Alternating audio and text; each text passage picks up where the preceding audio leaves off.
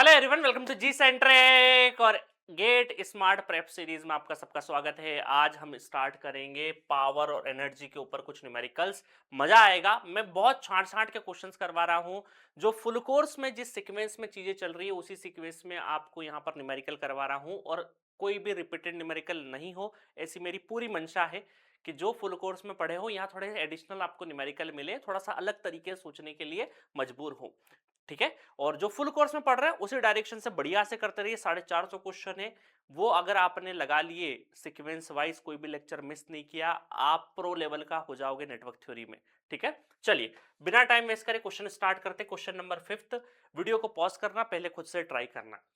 Figure shows the current flowing through a capacitor. The charge required by the capacitor during the interval t equal to 0 to t equal to 2 second तक कितने charge होंगे। Current का wave form given है, y axis पे current है और इधर है आपका टाइम एक्सिस, और आपसे पूछा है कि कितना चार्ज एक्यूमुलेट होगा।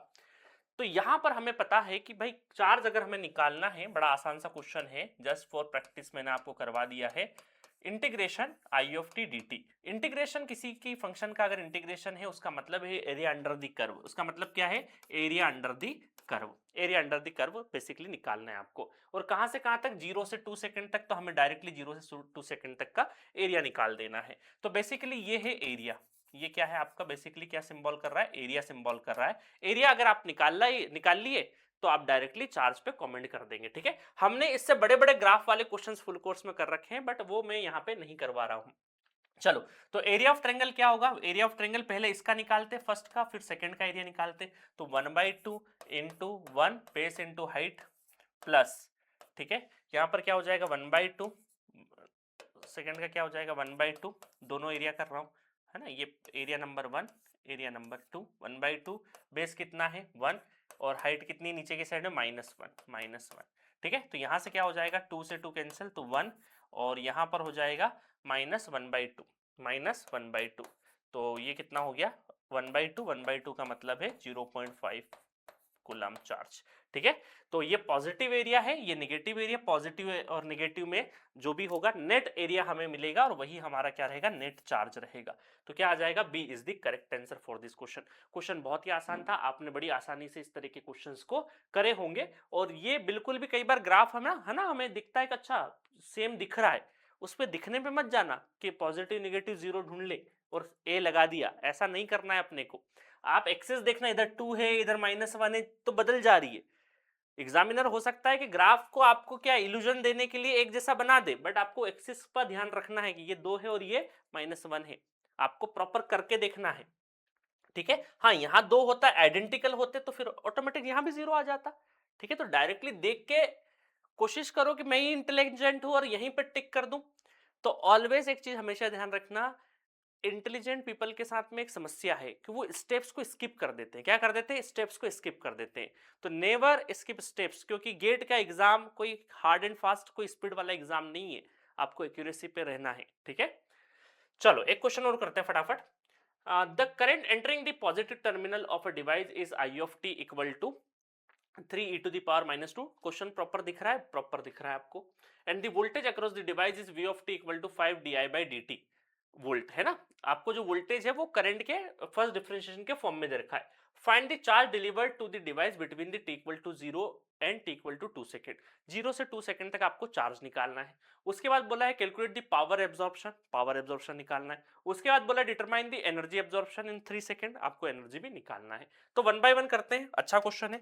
पहला इसका ए पार्ट सॉल्व करते हैं। तो ए पार्ट बोला है चार्ज डिलीवर करना है, तो क्यू ऑफ टी हम देख लेंगे। तो कहां से कहां तक? यहां से ये हो जाएगा हमारा I of T into D T, और कहां से कहां तक? 0 से लगाकर 2 सेकंड तक। 0 से लगाकर 2 सेकंड अगर करें तो यहां पर इंटीग्रेशन इंटीग्रेशन 3 e⁻²t dt, और 0 से लगाकर 2 सेकंड तक। 0 से लगाकर 2 सेकंड तक। तो यहां से आ जाएगा Q of T equal to, Q of T 3 बाहर ले लेते हैं। इंटीग्रेशन अगर करेंगे तो e⁻²t का इंटीग्रेशन सेम ही रहता है, बस जो पावर में रहता है वो नीचे की साइड में आ जाता है, डिफरेंशिएशन में मल्टीप्लाई हो जाता है, और 0 से लगाकर 2 तक। तो यहां पर हम देखें 3 बाहर ही ले लेते हैं, है ना, बाहर ले लेते हैं इसको। 3 - 2 बाहर ले लेते हैं। ठीक है, और e⁻² minus 4t minus e to the power 0 naught, ठीक है, 4t नहीं आएगा, t की वैल्यू तो हम लोग रख चुके हैं, तो t की जगह क्या आ जाएगा 2, तो e to the power minus 4 minus e to the power 0, ठीक है, इसको जब सॉल्व करेंगे, इसको जब e टू द पावर 0 कितना हो जाता है 1 हो जाता है, तो यहाँ पर अच्छा कैलकुलेटर में कई सारे लोगों को दिक्कत आती है, वो भी बता देता हूँ मैं आपको कैलकुलेटर में।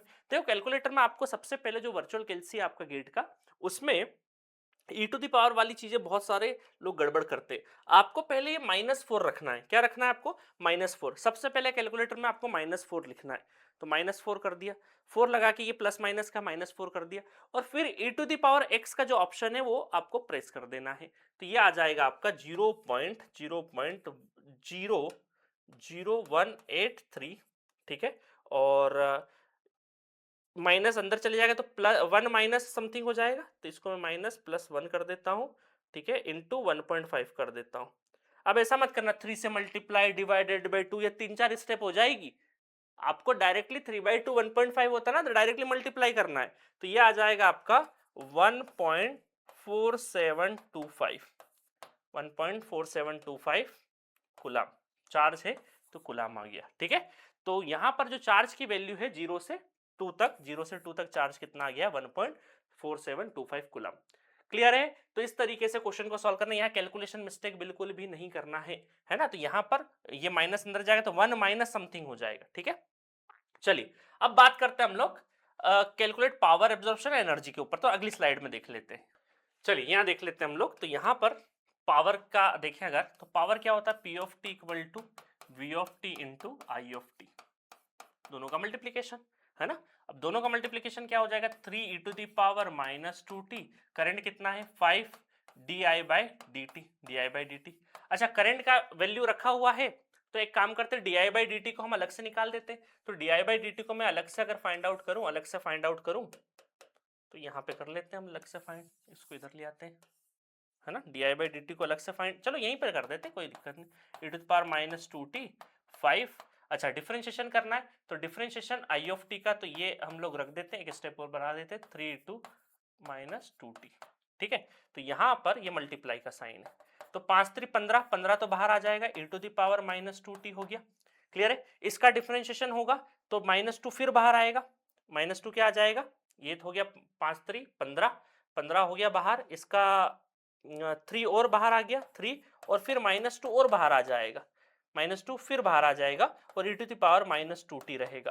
तो अल्टीमेटली अगर मैं इसको समराइज कर दूं, तो P ऑफ टी कुछ इस तरीके से, 15 थे 45, 45 दूना 90, तो 90 माइनस 90 e to the power -4t, दोनों सेम पावर होती है तो क्या हो जाता है 40 हो जाएगा, तो ये हमारा रहेगा आंसर। अच्छा इसमें हमें ये नहीं पूछा किसी टाइम पे डिफाइन नहीं करने का है, पावर में ये नहीं पूछा कि time t equal to 2 second में बताओ 5 सेकंड में बताओ, तो हम जनरलाइज एक्सप्रेशन ही लिख के छोड़ देंगे, है ना, जनरलाइज एक्सप्रेशन ही लिख के छोड़ देंगे, ऑप्शन में होगा, अदरवाइज तो एनईडी टाइप का क्वेश्चन होगा तो हमें टाइम की वैल्यू किस टाइम पे पूछा है वो बताइएगा, ठीक है।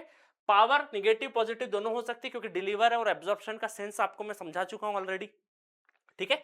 चलिए अब बात करते हैं अपन एनर्जी की, सी ऑप्शन पे चलते हैं, तो ये हमारा बी का आंसर हो गया, अब सी पे चलते हैं। एनर्जी की अगर बात करें तो एनर्जी क्या होता है, एनर्जी होता है integration of P of T into D T, है ना यहां से इंटीग्रेट कर देंगे हम लोग इसको, तो यहां से ये हो जाएगा कहां से 0 से 3 सेकेंड, 0 से 3 सेकेंड, सो यहां से -90 e टू द पावर -40 0 से 3 सेकेंड, ठीक है, तो -90 को बाहर ले लेते हैं अपन, और e to the power -40 -4, clear है, 0 से 3 सेकेंड, और माइनस माइनस कैंसिल आउट, तो 90 divided by 4 e to the power ये हो जाएगा हमारा 3, तो 4 3 12 माइनस e टू द पावर 0, ठीक है, इसको जब सॉल्व करेंगे तो आंसर आ जाएगा -22.5 joule is the correct answer W, ठीक है, एनर्जी कितना आ गया -22.5 जूल इज द एनर्जी, ठीक है, क्योंकि ये माइनस में देगा हमें यहाँ पे जब आप सॉल्व करोगे तो इस तरीके से हम लोगों ने चार्ज हो वोल्टेज तो खैर इनबिल्ट ही होता है,